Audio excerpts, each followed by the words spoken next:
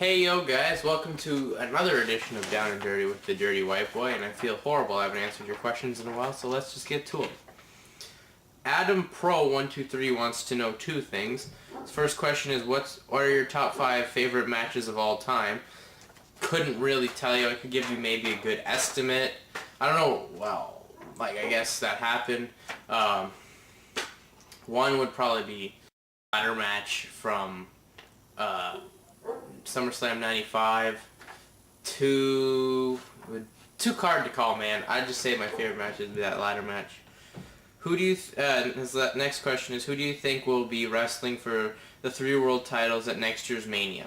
Flair for the world title for sure.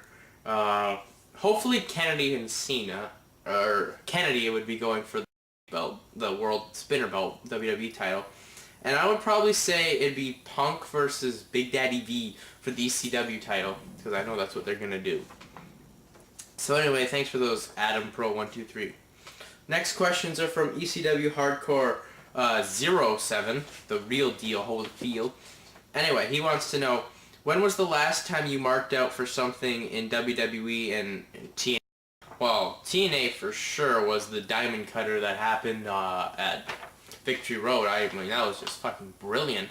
WWE would probably be Jeff Hardy diving off the really tall ladder at Mania 23. That was just dynamite. I mean, come on, Jim. You know that was awesome. What are your thoughts on the WCW Cruiserweight Tag Team titles? I hate it.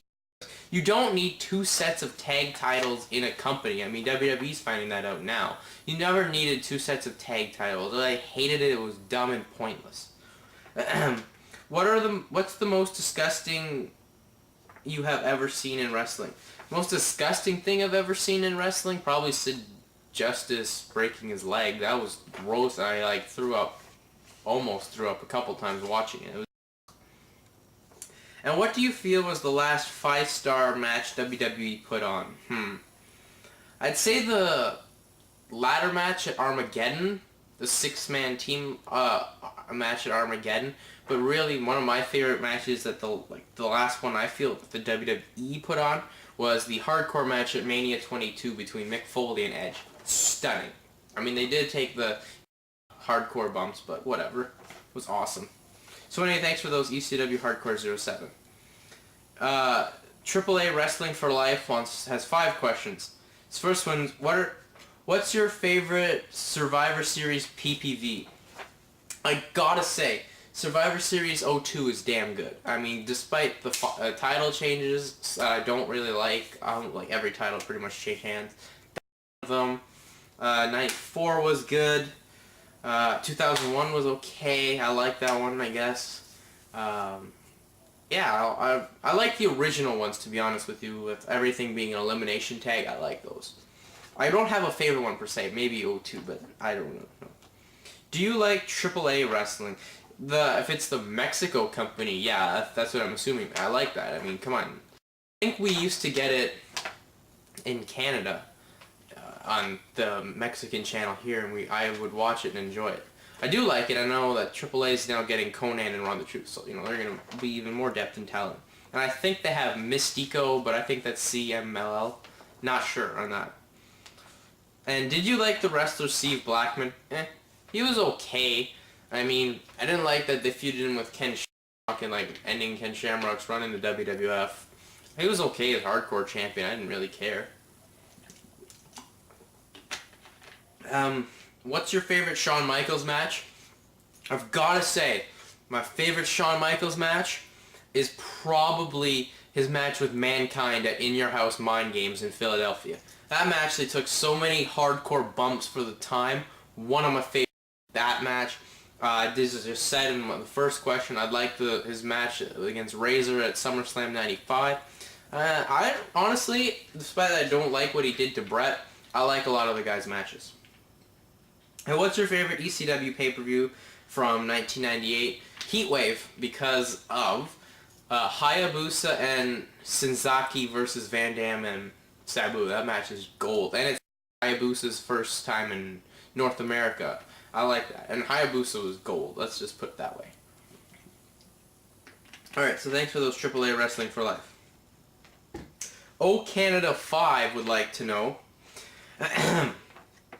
when do you think ROH will get a weekly TV deal? They could get one in a year, but I don't want them to get a TV deal because it would the same shit that happened to ECW ROH, and it would fold and that would piss me off. So I don't want ROH to die, so I don't really want them getting a TV deal. Who was the most under-deserving hardcore champion? You mean in the WWF? I don't know. That title was stupid. Under-deserving? Taz, I don't know.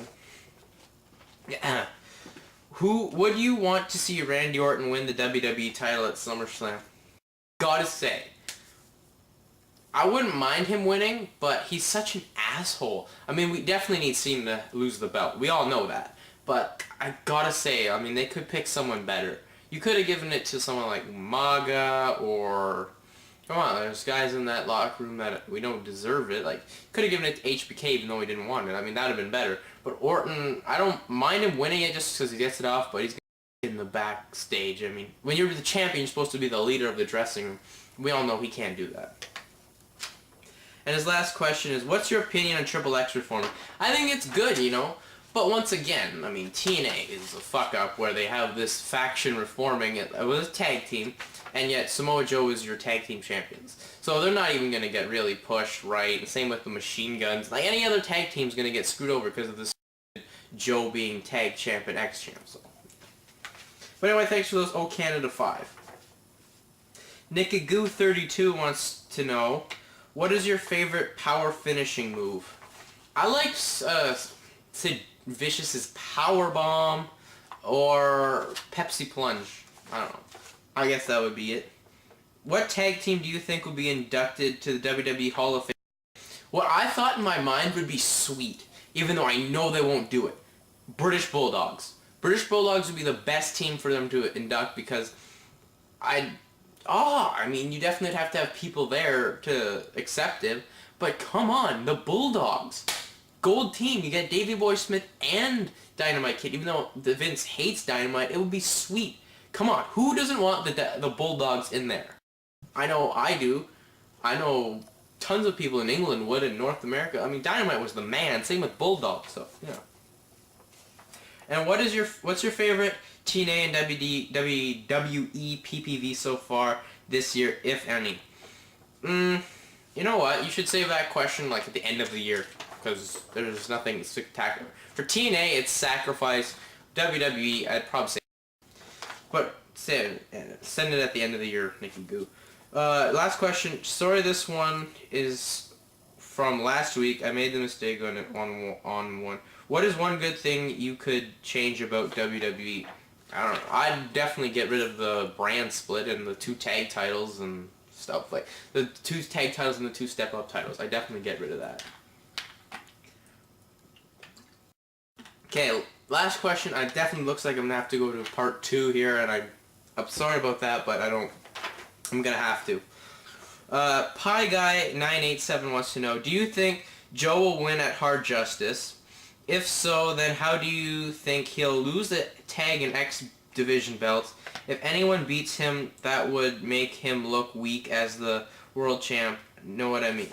Well, he'll win at Hard Justice, but I think the only way he's going to get the X title and the tag titles is Cornette's going to come out and strip him of the belts, which is genius if they do that. But they won't, because, I don't know, they'll make him have every title and fuck it, their company over. I think it's a smart way. Let him win, and then the next day on when they do Impact taping, strip him of the belts. But anyway, that's been part 1 of Down and Dirty with the Dirty White Boy. Catch me in part 2. I'm out. Peace.